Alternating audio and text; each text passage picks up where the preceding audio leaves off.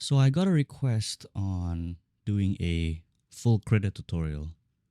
So I'll try to do I'll try to provide as much information as I can, or the settings I use, the steps I would do in creating a painting. Though this may not cover everything you need to know about Krita, it's just gonna be about something I would say would be pretty helpful, or the things I usually do. Okay, in new image, you can select your canvas resolution. So right now I have it set to 4K, but it depends on what you want. You can change it from pixels to points to inches, centimeters, millimeters, whichever you prefer. But I usually just stick with pixels, or I switch to inches depending on the criteria. Maybe if I want to have it printed out or something like that. As for predefined, you can see here. You can also customize your own an image template. So let's say you set your pixel to 5,000 by 4,000. You can save it like that.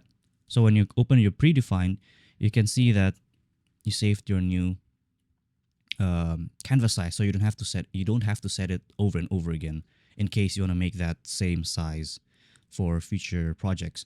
So in this case, I have two custom settings. So the first one is for the Instagram posts, which is Quad HD. I got this resolution from Sam Does Arts, so you can check him out on this video right here. Somewhere along that video, he's gonna explain the resolution he chooses. So I choose that as well in case, instead of just having your standard 1080p. So I think it will be better to crank up the resolution a bit. So as for the model, I don't usually touch this. I just keep it as RGB, since we're doing it in a digital drawing. But if you want it to be more accurate on print, maybe you can choose CMYK. But moving on, as for the depth, I just keep it 8-bit, and I don't know what any of these mean. So let's just create. So in this canvas, Krita is pretty simple. It has a very simple UI compared to Photoshop. As for the color wheel, on default, you should have a triangle. Mine has a square because I prefer having a little bit more accuracy. But so in order to change this, you can just go click this icon over here. For the color mode, I prefer hue saturation value, which is HSV, which is the standard when it comes to digital painting. As for the shape, yeah, and the default should be a triangle, but I prefer having it a square. You can also choose other settings as well. As for the behavior, shade, selector, color history, and all that, I just keep it as is. I don't usually touch it. Just keep it to the defaults. You can customize your what do you call it? Your Krita panels. Let's say you want to move your color wheel all the way to the right. You simply just press float docker, and then you just drag it. Let's say you want to put it on the left side. Okay, let's say you want to put it above the settings here. Just drag around. Up to you. So I usually just keep it to default, because I'd say default is the best. With a little bit of customization, let's say, making the color wheel a little bit bigger. So default is fine. As for the tools, there's a few handy tools. There's, of course, the select shape. Let's say if a painting here, let's select a random brush. Oh, I also set some of my brushes as favorites, so it's easier to navigate. So these are the brushes that you would use a lot of the times. In order for this, select shapes tool, it will only work on vectors. So basically, what a vector is, it's a scalable. It's a scalable element. Let's say you're doing graphic design. You're doing curves, Bezier curves, and all that. So we have two different types of layers: paint and vector layer. Vector layer is usually done for, as mentioned previously, for graphic design, as well as texts or fonts. Let's say you want to input a text. Let's say And you can customize the sizing as well. So for the size, and to make it easier to see, let's say, let's just keep it as default text. Once you're satisfied with the text, you can just press save and close it. So what this does, as you can see, it creates a new layer. It's not a paint layer, so you can't paint. So you can't paint over it. As you can see, the brush tool cannot paint on this layer. Please select a paint layer or mask. So you can't paint on a vector layer, but you can adjust the placement of the vector. So let's say going back to this select shapes tool, see, you can move around the text, but you can't draw on it if it's on a vector layer as the text is. But on a vector layer, you can create something like, you can use a line tool, for example.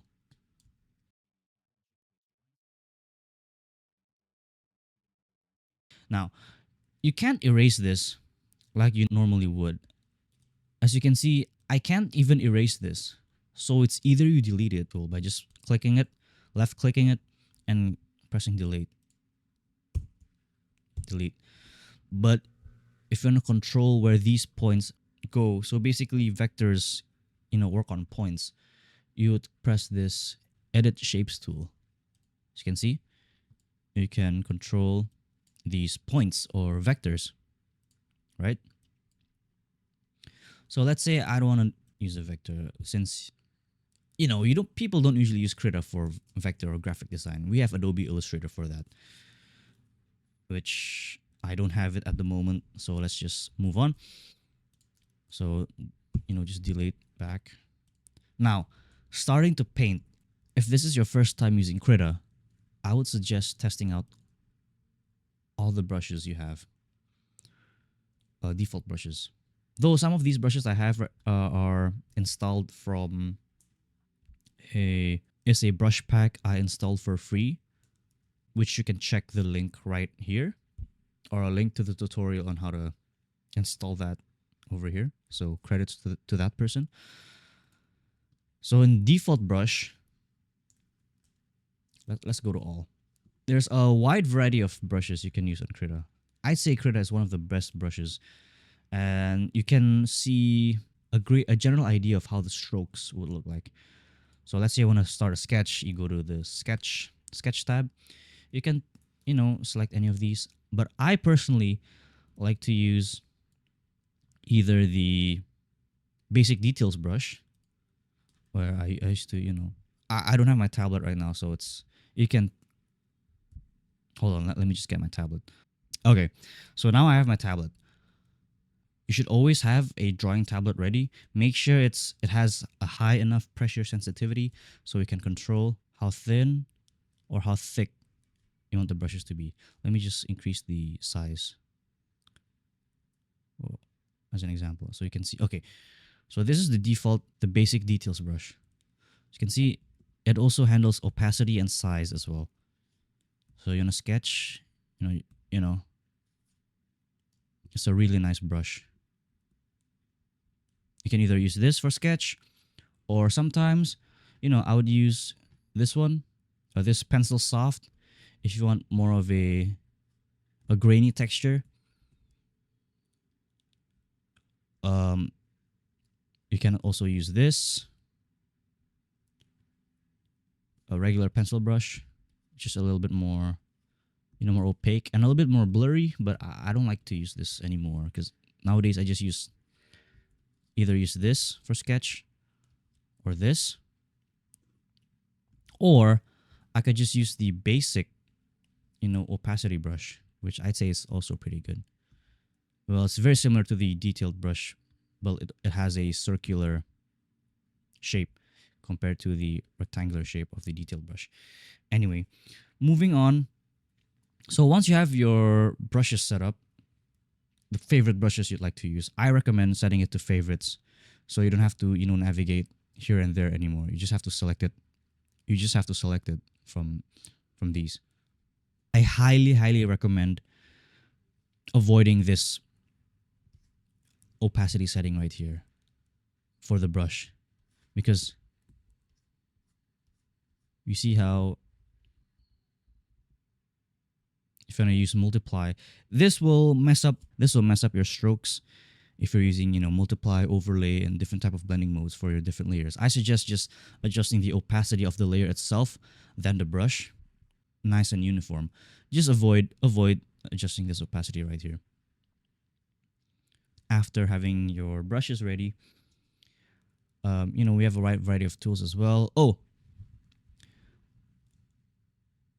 Polyline tool. I don't really use the Polyline tool unless I'm making something that's like a logo.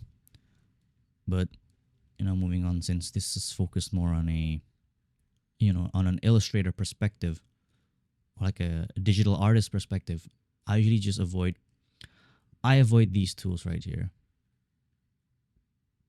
As this, let's say, the Bezier curve, it's more of a graphic design tool than an illustrator one. Then we have the gradient tool. I personally like using the gradient tool for the backgrounds. So let's say once you're finished with a painting, let's say you want the background to be like maybe purple. I like to use the shorter you drag on the gradient line, the harder or the more solid it will look. But if you make the length or the distance of the gradient tool further apart, it becomes softer. But I highly suggest dragging from outside the canvas, something like this, so it looks a little bit more soft. So moving on, we have the sample a color from the image or current layer, or it's the color picker tool. Let's say you want to color pick. You don't have to press P, you're gonna have to go back to your brush. A simpler way to do this is just to hold control. See, when you hold control, it only selects, you can select it faster than just having to press P and then pressing B again. It's better to just hold control. Moving on, we have the lasso tool. It's pretty self-explanatory, or the freehand selection tool, as Krita calls it. You can also use the polygonal lasso tool. I usually use the freehand lasso tool if I want to move elements around. Let's say I want to move the nose or the eyes of your painting. So after selecting the components, you can just press Control T. So let's, I think it's better to give an example. So let's say, I wouldn't recommend writing your fonts. I prefer using vectors for that. But anyway, for the sake of simplicity for the example, you go to your freehand lasso tool. As an example, use that and then press Control T. Then I move around. Let's pretend this is like the tail of a fish or something. You can either do that to make use of the freehand selection tool or lasso tool. Either that, or after selecting the lasso tool and you want to move, let's say, the location of where it would go. Let's say all your layers are merged and you don't like how the eyes look. Basically the freehand lasso tool or the freehand selection tool, it's better used to move other parts when you want it to be a little bit more precise, if the components themselves or the elements themselves are not merged. So moving on, we have the polygonal lasso tool. So the polygonal lasso tool is same principle, but I usually use this for color blocking. Let's say you have the sketch and line art ready, or sketch and refine sketch ready. I would just use this to trace. Let's say there's like a head somewhere like that. And once you're done, press F to fill in the color block. If you want to do color blocking to fill in the shape, or you want to use the polygonal lasso tool for cropping. But you got to make sure you zoom in a little bit, so it's a much smoother selection tool. Then we have the contiguous selection tool, or the wand tool, or magic wand tool, as it's called in Photoshop. It basically just, the wand tool. It basically just selects a group of shapes that has similar colors,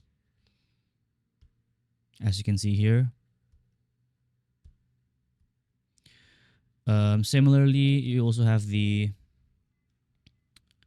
similar color selection tool. They function quite similarly, but I don't know how similarly that is. But I think the wand tool is better. Moving on, if you want to deselect your selections, in Photoshop it's Control D, but in Krita it's Control Shift A. So whatever you have selected, let's say Control A, you select something, or like using the lasso tool, like previously, you just press Control Shift A. Lasso tool, eyes. Oh, I don't want to select that eye. It was a mistake. What should I do? Control Shift A. That's it. So it's easier if you know the shortcuts. Definitely know the shortcuts. It's very, very similar to Photoshop, which I will be showing in the end for the recap. So pretty much all of the necessary tools you need for painting. Also, these are a few handy tools you need, which is called the vanishing point. This is for perspective. So if you're drawing landscapes or backgrounds, this is really important. You just press 2 vanishing points, and then you just connect where it would go. Check the approximate perspective line. Okay, once you're satisfied, so it also has guidelines on where the lines would go if you want to draw, buildings. So let's say I take to snap to assistance. Let's just delete this layer. Say, okay, in a new layer, I want to have a street and a few buildings here and there. So, you can just, lightly. See, it snaps onto the grid line itself. So let's say this is a street. That goes all the way there. And then you want to build a few buildings here and there. You get my point. This is really, really handy for, making the sketch of the perspectives when you want to do landscapes or backgrounds. So once you're done with that, if you want to get rid of it, go back to the assistant tool, and then you just press delete. Or if you want to hide it, just press the I right here. If you want to stop the snapping, either you make it hidden, or you just untick the snap assistant. Okay, so let's say you wanna adjust the colors, or I think it's called post-production or whatever. I think it's called post-production. I'm not sure. So basically, once you're done with the colors, but you have to adjust once you're done with the paintings, but you have to adjust the colors, and you didn't like certain colors. Let's say, oh, this painting's a little bit too cool. I wanted to make it a little bit warm. So you press Control U in your keyboard. Then you just play around with the hue. Let's say I want it to be a little bit warmer. But make sure it's, you adjust, since this is a final layer, everything's merged, make sure you adjust either the background or the subject itself, and use Control U. Control U is pretty handy. I like to use Control U a lot. You can adjust the saturation. Maybe you want it to be a little bit less saturated. Just drag it down. Or maybe it's a little bit too dark. You can increase the lightness. But I wouldn't recommend just increasing the lightness. It looks pretty ugly. So if you want to adjust the contrast, you can press Control M. Now this is the same shortcut as Photoshop. So maybe you want the brightest parts to be really bright, and you want the darkest parts to be really dark. Creating more contrast basically.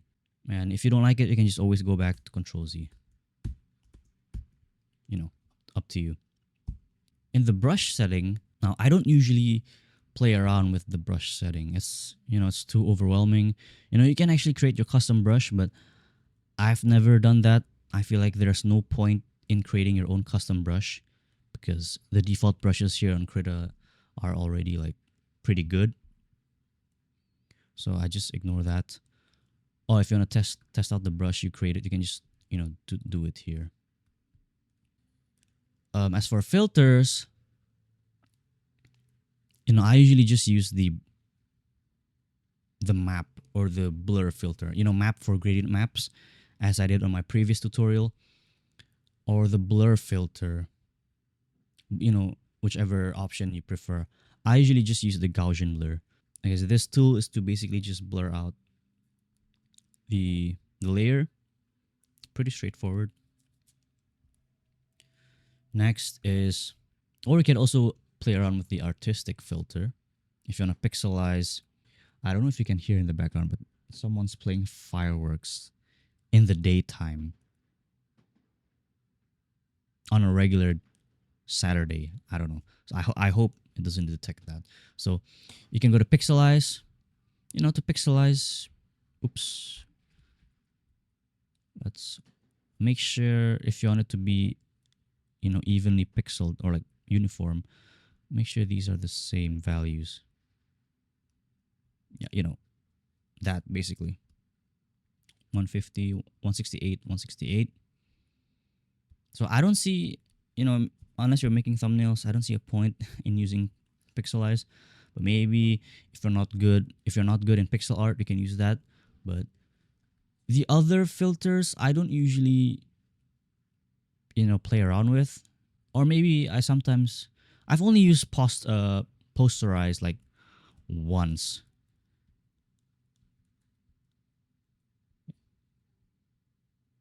It's just easy. I guess when you have a complex lighting, you can use this to color pick, I guess, or maybe use, hard edged rendering style. But other than that, I don't usually use it often. Next would be the canvas size. If let's say you want to move on to a landscape aspect ratio, you go to image, resize canvas, and then let's say I want to decrease the height by a third, or like 3 times, decrease the height 3 folds. So it's 5400 divided by 3 is 1800. Now you see this right here. This is the anchor. So if you want it to anchor more towards the top, so it cuts the bottom part and only shows the eyes, or maybe only shows the top part, you press down. So it will only show the top part, the top third of the image, like this. Then you can press Control T to adjust while holding Shift to keep the aspect ratio. Holding Shift, there we go. Then you have space on the right. It's a circumstantial thing. You don't always have to do this. It's either you want to move it from a 4:3 to a 1:1 aspect ratio. And other than that, yeah, it's handy, but you don't always have to do it because you set your canvas size early on in the beginning. That's pretty much the tools that I find helpful. For the shortcut, of course, Control Z to undo, Control A to select all, Control Shift A to deselect, Control T to transform. And if you want to go back, you either press Escape or press B. If you're using a tool like transform, just press B or Escape.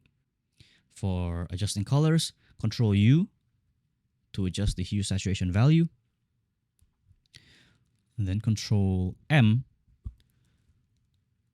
to control the curves or the contrast of those colors.